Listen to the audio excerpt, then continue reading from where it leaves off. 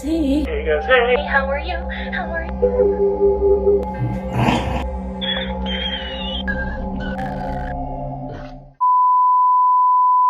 If she can't cook now in what's supposed to be Kuwait winter, what is she going to do in the middle of Kuwait summer? I don't know.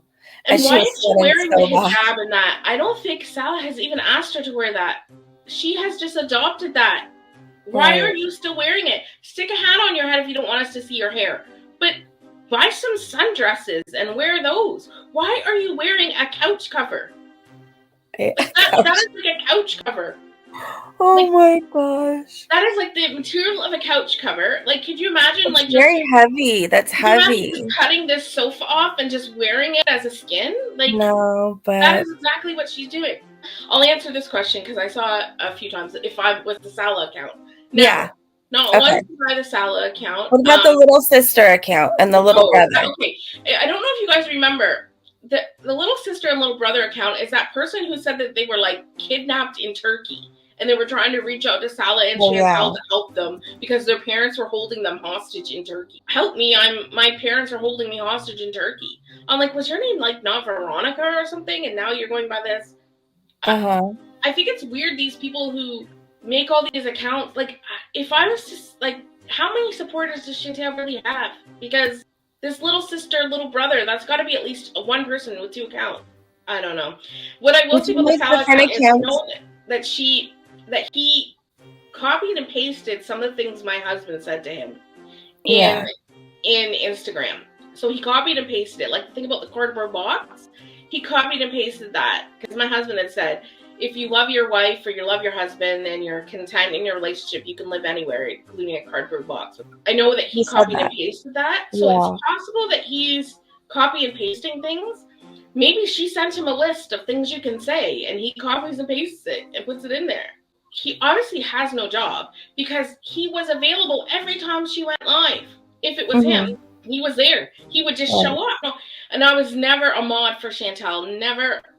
I see the mod. Never a mod for her. I just actually learned how to properly log on to my own YouTube. I used to get my son to do it because I could never remember. Like, I will say I have a bit of a short-term memory problem. It's from a medication that I took for 3 months. It was actually a benzodiazepine. So I don't know if people know about benzodiazepine. It can cause a lot of cognitive issues, and I'm experiencing that. And so I went off at cold turkey, not realizing that, and I ended up having a seizure, and I was in the emergency room, and what they were doing was giving me 2 milligrams of Ativan to bring me out of it. Well, that just restarted it. It's called kindling, I guess. So I had to wean off of the benzodiazepine. So my memory issues have not been great. So I couldn't remember like my passwords or certain like emails that I use. Functionally, I can understand how you guys would think that because she mentioned my name so much and I was such a vocal supporter that I have these counts and stuff, but there's just no way I could keep anything straight if I was trying to do that. Like, there's just no way I could keep that straight. They said, let's get it straight. BBJ isn't the only thing Chantal has done wrong. You're saying BBJ is your aha moment about Chantal. So, I mean, I guess what I know people are asking, like, what about the racism? Like the racist comments? Like, was that not something that would have woke you up? Yeah. And I would, privately say something to her and she would say it's totally out of context. They're only playing part of the video or whatever. Because a lot of those things she would delete, right? So I couldn't go back on her I couldn't go back on her channel and rewatch to see exactly what she said. I would just see like a clip from a reaction channel or, something, or she would be reacting to somebody calling her out on it. Yeah. And then when somebody messages you with their voice and says, I didn't mean it to come across like that, I'm not a racist person, then you're kind of like, okay. But it doesn't matter because her behavior afterwards I should have looked at the behavior afterwards. I know people think that I doxed Perfectly Imperfect. I know that it looks like... I was just going to ask that. I know that it looks like it came from that account. I cannot tell you why or how or who. I don't know if they were able to link an old account of mine. I don't understand how that happened. I do know that it wasn't like a recent picture of me because it was when I had really, really short hair, which was a few years ago. But what I can say is like, I wanted to reach out to the police station that if she had reported it and like give them my information to be like, can you check and like clear my name here? At first, I didn't realize exactly what doxing was. So that's why I kind of came on and I was like, I'm not doxing anybody, because I thought like doxing was like showing private messages and things like that. So I didn't realize it was showing the personal, like even though some like of that addresses and family members, even though some of that information is public, right? Like you can go on a LinkedIn and see somebody's public information. Like I think I have an old LinkedIn from a job I had, like a medical job I used to have. And so I didn't realize the impact of that, what the actual impact of that was. right? And I had no idea that like people would email me like a screenshot of like, this is where this person is, or like, look, I found their Facebook or whatever. And at first I didn't think that Chantal had a beef with everybody like she did with Nader and Dee Dee per se. I didn't think like if I sent a screenshot that somebody sent me of somebody's daughter per se, like let's say Tian Sass's daughter, because somebody sent me a picture and said this is her daughter, I'm a friend with her on Facebook. So I was like, oh, well, she's overweight, so maybe this is why, sometimes as moms we like wish that we were, helped our children more, so now we project that on other people. I said that to Chantal. I said, I am not sending you this. And I specifically said this in a word. I have it saved. I'm not sending this for you to rage. I'm sending this for you to look and see and realize that maybe she's projecting a little bit, to kind of maybe get her to look and say, like, this is just an older lady that is just trying to have a group on Facebook. Like, I don't understand who would ever contact somebody's job over something to do with YouTube, because I don't understand. I don't understand why why they're upset about like a Facebook profile being posted or something. And then he kind of explained to me like in gamers terms as to what it was. So Magulator said, what is her excuse for super chatting Foodie Beauty $2 and Delphine's daughter's Facebook docs encouraging people to go over and harass her? I have no idea what they're talking about, but I don't either. I don't know. I do not remember ever doing that. I know that there was a couple people that like ran with my name, like my full name, and posted things and did things. I don't know anything about Delphine's daughter. I know there's an article on like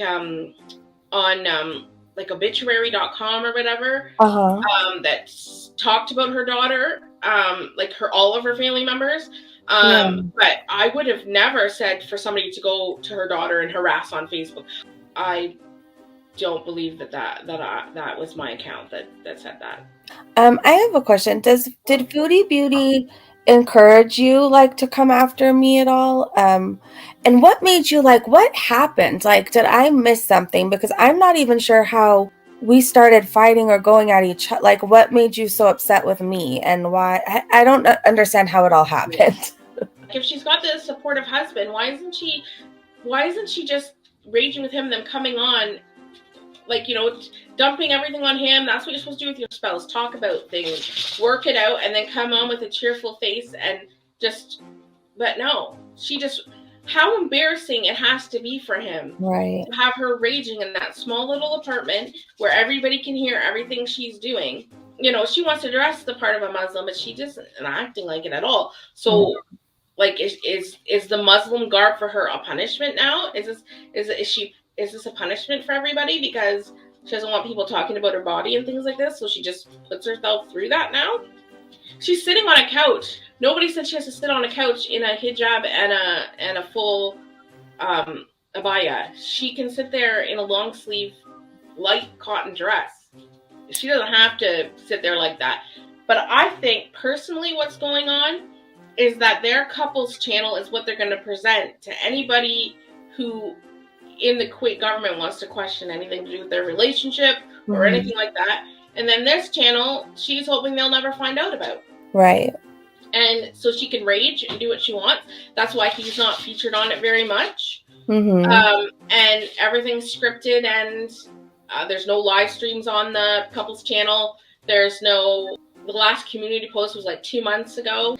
And the things that Salah has said to my husband in private make me second guess it as well. You are trying to material support a known revenge porn troll, Jessica Messica. Missy Moo, why are you mailing her a MacBook? So I have an extra laptop that I was going to send her. Right, good. Come on. Your Jessica Messica can start barking. Sorry. I know, right? I didn't know anything about revenge porn. I just, I thought, she's a single mom, and that I had an extra one, and like I've watched some of her content when she does her cooking streams, and I just liked her personality. But it wasn't something that I would just automatically, I would definitely talk to her and see, what she was going to use it for and things like that. It's not just something I have extra things like that, and like. I just offered it because I had an extra, and I know that she was struggling with her live streams and things like that. And that's what she's trying to do to make money and to bring in some income for her family. If I can help in a way like that, it's just sitting in the corner of my room doing nothing. Like if she needs an extra one, I'll send it. Like if she needs one, I'll send it. But I haven't got into all of the lore. Surrounding. I think if you want to help somebody, then you help them and you don't listen to all the bad, because I can be petty and tell you, oh, well, she did this to me, but like, it doesn't matter. Like if you feel led to help somebody, then help them. Like, can you say a little bit, like maybe one of the things that he said to you? So, when I added, in order to talk to Salah, you had to, like, he wasn't accepting friends. Like, and I don't know if he still is not doing that or not, but so like when she went to Kuwait and she converted and she was, she said she was converting, she was changing. I was gung-ho for that because I was like, who am I to say that she has not found religion, right? Because at that point, it was all new. This was like 5 months ago. So I reached out to him and I said, I'm a long-time viewer. I just want to make sure that she's going to be safe. I want her to be able to have somebody to reach out to if she finds herself in unsafe. I just wanted to see what kind of person he was because we hadn't seen anything except for him chatting a little bit online. And like you can see, that can be anybody. Right. So I reached out to him. He added me. So that was like the 2nd or something of November that he added me. And we just chatted really quickly. And he was like, don't worry, she's fine. She'll be fine. I'll look after her. And immediately he's like, the haters, the racists. So I was like, okay, this is really weird. Why does he think people are racist against food? Like it's all about, for him, it's all about racism. So who's racist against foodie? I have never seen anybody being racist against foodie. He's like, all the racist haters. And I'm like, racist haters? Who's racist against food? I've never seen a racist remark from anybody about her. Or is he saying this because she's being targeted because she's going over into the Muslim faith? Like, I didn't see anybody targeting her for that either. So I reached out to him. We talked a few times. And then I noticed, I reached out to him, and then about 4 or 5 days later, I started getting these requests from these men. And when I would click on their profile, he would be a mutual friend. So I started looking through their profile and showed my husband. And I was like, this is just bizarre because they had very similar pictures to Salah. So how he had like pictures like in a perfume shop? They did too, with expensive watches, wearing the same type of suit with the same little gold badge. So I was like, this is weird.